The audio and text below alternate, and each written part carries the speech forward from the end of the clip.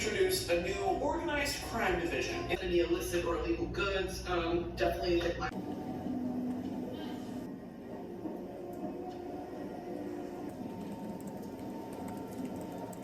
Hello and good afternoon. It is the afternoon. I will be honest about that. It is definitely after 1 p.m. and I'm only just now getting ready for the day. But I have been working, like I've been up, so, you know, don't worry. And even if I wasn't, it's fine. I don't have a job right now, okay? This is my job. I woke up and I just was feeling really off today. Like, I don't know if it's just like I, spent a lot of creative energy yesterday or just, I don't know, to be honest, I don't know. I just like woke up feeling like so drained and so like not ready to like do anything today. And even like I made myself breakfast and whatever, and then like I sat down and I was gonna write from the couch because I was feeling exhausted and whatever, so I was like, oh, let me just sit by the couch and write this morning. Ended up watching YouTube videos for a while. Not like anything crazy, but definitely longer than I had like planned to. So morning did not go the way that I hoped. I definitely wish I had stuck to more of a routine today, but I think sometimes our bodies just need a break, and like honestly both my body and my brain needed to just like take it as slow as possible. But I did do some writing because I was feeling kind of like kind of down just from like, working all day yesterday and whatnot. Like, I don't know why, but I just like really like the words were not flowing the same. And I wonder if it's partly because I'm feeling like super drained today, or if it's also because like the scene that I'm working on, it's like everything that happens in like the second half of the scene that like I kind of like, stopped in yesterday, everything is supposed to sort of be like the same. Like I didn't want to make any major changes, but as I started writing it, like the prose needs a lot of work. My mental energy right now cannot, like I cannot do that. I ended up having over 1,300 words again today. Most of it was just like, rewriting a few things because I decided to change the tense of the book. So I had to rewrite everything. And also just like adding like little things I envisioned would make it better. And then what I've been doing is like when I feel not super confident in a scene or a sentence or like a word or a certain piece of dialogue, I'll like highlight it in green. And then when I finally go back to edit the book, I'm gonna like work on it then. So like that's kind of my way of forcing myself to fast draft. And like even now, like with that scene, like I'm not sure if I'm even gonna go back to it. Like I really might not. Like I might just leave it and let future Charlotte like really work on it, as like to kind of stick to like the fast drafting method.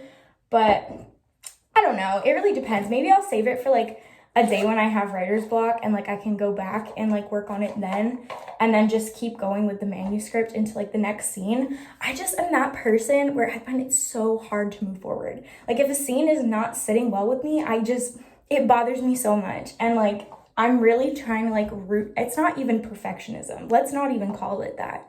This is just like irritating. Like it's just annoying me. So I don't know. I'm really trying not to keep going back and fixing things, but like with this scene in particular, it's like I barely even rewrote it. I literally copy pasted. And I didn't really make the changes that I was supposed to make in the rewrite in this scene. So I might end up going back to it tomorrow or like in another writing session if I kind of just like feel like the next scene isn't going the way I hoped. I don't know. I definitely see myself going back to it. I don't know what I'm doing for the rest of the day. I really didn't make a to-do list. I could edit a vlog for my YouTube channel, which is supposed to be going up this month. I could also write my first blog post for my website, which is also supposed to be going up at the end of this month. Do I want to do those things? No. And honestly, I don't even know if I am. Like, I cannot express to you, like, I don't even know how to explain this. I just feel so like all I want to do is sit, watch Netflix. All I want to do is like maybe sit and read. I feel like I could read, which I should take advantage of that, because if we're being honest, like that doesn't happen as much anymore. So I don't know, I'm in one of those moods, and like, it's so funny to me because literally, like, this is the life of a writer. It's like one day you're riding such a high, and then the next day you're like, what do I do? Like, I don't even know what I'm doing. Like, you're just like, it's like, yeah, like, I want to write this book, I want to get this book done, but then when it comes to it, it's like, oh my gosh, like, I don't actually feel like working on this book again. It's just learning to like deal with those emotions. And like, it's the same with like any work that we do. I think it's like, we want to do it, but like, sometimes even for the things we want, we have to like really put some discipline to ourselves and just like learn how to understand our motivations and, you know, work towards that. There's lots of possibilities for today, and I know for a fact I don't want to sit around the rest of the day and just watch Netflix or just be lazy. I feel super antsy. And you know what? Maybe it's because I've only been talking to dogs for 3 days. That could be it. I called Maddie yesterday. That was like the first social interaction I really had, besides with my boyfriend. Like, that's it. I talk to dogs all day, and my characters, and myself. I promise being a writing doesn't require you to go to a mental institution. Okay, so I just wanted to come in and give that quick little update. I'm gonna get ready now, and I might film what I do later, but we'll see. I'm also trying to call Maddie again so that I have someone to just like work with, because I'm wondering if like that will like motivate me to actually like, you know, get in the mood to do some work. Well, that's my Thursday update. And I'll be back at some point. Which I feel like I don't eat. So anyway, couldn't even begin to guess. But so I've been reading Legendborn, and I will say, like, I'm really enjoying this book. I definitely understand why people like it so much, because it's like, it's very fast paced. Like, the action starts very like at like the beginning of the book. Like, I think I'm on like chapter 7 now. Chapters are really short, and I think like that's normal for a YA book. Like, YA books tend to not be super slow anymore. They used to be, some of them at least, depending on what you're reading. So I think like the high pace of the book is like what really like grabs people. But for me, it's the writing. The prose is very well done. Like, the author did such a good job at like making Bree's character voice super strong. And like, I think part of the reason I'm having so much fun reading it is because there are aspects of Bree's character and like of the story that are kind of similar to The Winds of Destiny. And I know like a lot of authors will tell you like, don't read books that are similar to the story you're writing. But I find that sometimes it like really helps. So for this, for example, as I'm going through, I'm kind of highlighting certain descriptions that I find really vivid and intriguing, and just like are like a unique way of describing stuff, like whether it's a character or like the world or like the action. Like, I'm really taking a lot of like mental notes on that and actually like physically highlighting a lot of that stuff in the book. But I think like the thing I'm taking the most note of is the way that she writes Bree's character arc. So like, what you know from like the beginning of the story is that Bree's mom has died before the start of this book, and so she's like grieving her mother's death while she's like at this school. So it's like, that's like really like what her arc is that she is like grieving the loss of her mom. And similarly, like in my book, like Carter lost her dad like a few years before the events of The Winds of Destiny take place. And it's interesting because it's like there's like something similar between like the way that they're grieving and different at the same time. Certain emotions that Bree feels are exactly what I envisioned for Carter to feel, but then like their responses are different. So like for Bree, it's like her desire was like not to be anywhere near where her mom was and everything.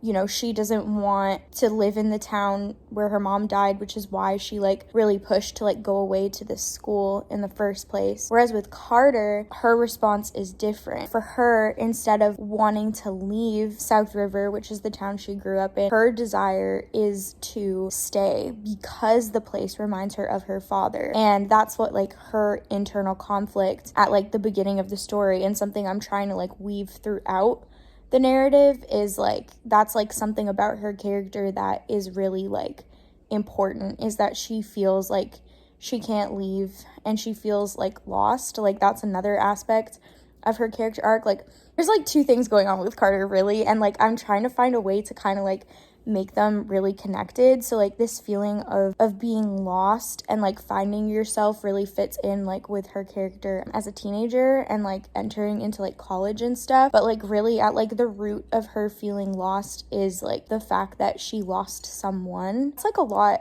of the themes that I'm working with in the book that I'm finding are similar to Legendborn. And so it's been like really fun reading this book and like taking notes for like my own writing. Also, the story is really cool. I'm very interested what is gonna happen because they keep mentioning things from like the Arthurian legend. Like I've heard Merlin passed around already, and so I'm just extremely ready for more of the Arthurian legend stuff to go down. You know, it's been a long time since I've read like a fantasy book like this, and like I'm in a very like reading mood right now. When I'm done Legendborn, my goal is to go to the library and find Robin Hobb's books and find maybe The Way of Kings. Maybe I start reading The Way of Kings. I'm not sure.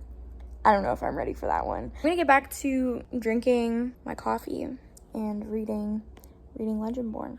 Good morning, everyone. I'm back. It is the next day. It is Friday. So yesterday I ended up reading in the time, because you know how I said I felt really unmotivated? I ended up calling my friend Maddie and just like talking to her the whole, like for like an hour and a half. We were just like watching TikToks that she sent me. So that was fun, just getting to like hang out with her on FaceTime. And then I was still feeling kind of like unmotivated to do anything. Like I really just wanted to sit and like watch TV, but I knew I was gonna feel kind of bad if I did that. So I decided to read. And after I like, you know, read a bit of this, I think I'm on chapter 8. So we made some progress yesterday. I'm a slow reader, so don't bully me, please. So I'm on chapter 8, but like the reason why I stopped reading is because I started getting really inspired to work on my own book, and like that motivation started coming back, which is amazing. So I ended up getting back onto my laptop and working on my manuscript. And because I said that like that morning I had like a bunch of words that were pretty much just like copy paste from the original manuscript, and I was not cool with it. I just read it and I was like, I didn't even change this. I just changed the tense. Like I was being like super lazy. But then after reading Legendborn, I went back to my book